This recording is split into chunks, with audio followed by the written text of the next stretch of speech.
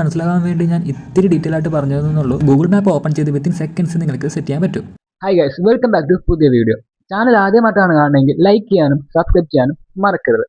Google map use ചെയ്ത് internet ഇല്ലാത്തതിന്റെ പേരിൽ എപ്പോഴെങ്കിലും പണി കിട്ടിയിട്ടുണ്ടോ?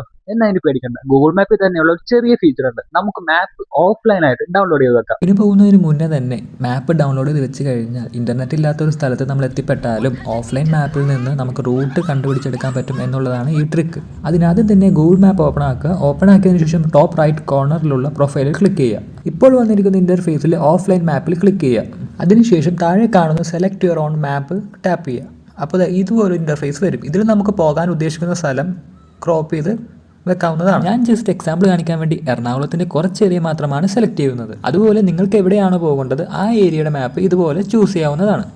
ഇനി കേരളം മൊത്തം ഓഫ്ലൈൻ മാപ്പിൽ സെറ്റ് ചെയ്ത് വെക്കണമെന്നാണെങ്കിൽ ഏകദേശം 600 MB താഴെ മാത്രമേ സൈസ് വരുന്നുള്ളൂ. മാപ്പ് സെലക്ട് ചെയ്തതിന് ശേഷം താഴെ കാണുന്ന ഡൗൺലോഡ് ബട്ടൺ ഞെക്കുക. അപ്പോൾ ഡൗൺലോഡ് ബട്ടൺ ഞെക്കിക്കഴിഞ്ഞ് സ്ക്രീനിൽ കാണുന്നത് പോലെ ഡൗൺലോഡിങ് സ്റ്റാർട്ടാവും. പിന്നെ ഒരു കാര്യം ശ്രദ്ധിക്കേണ്ടതുണ്ട്, ഇത് ഓഫ്ലൈൻ മാപ്പ് ആയതുകൊണ്ട് ആ സമയത്ത് നമ്മൾ എടുക്കുമ്പോൾ നമുക്ക് കിലോമീറ്ററും റൂട്ടും മാത്രമേ വ്യക്തമായിട്ട് മനസ്സിലാവൂ.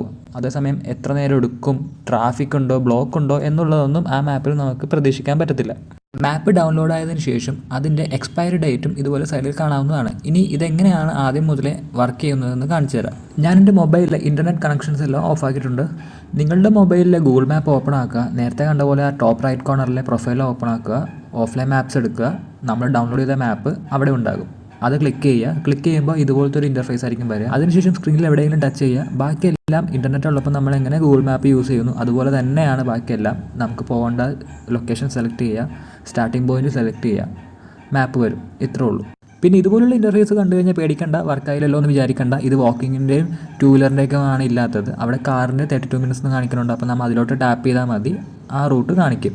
അപ്പോൾ ഇതാണ് ഗൂഗിൾ മാപ്പിൻ്റെ അധികം ആർക്കും അറിയാത്ത ആ ഒരു സെറ്റിങ്സ്. നിങ്ങൾക്ക് മനസ്സിലാകാൻ വേണ്ടി ഞാൻ ഇത്തിരി ഡീറ്റെയിൽ ആയിട്ട് പറഞ്ഞതെന്നുള്ളൂ. ഗൂഗിൾ മാപ്പ് ഓപ്പൺ ചെയ്ത് വിത്തിൻ സെക്കൻഡ്സ് നിങ്ങൾക്ക് സെറ്റ് ചെയ്യാൻ പറ്റും.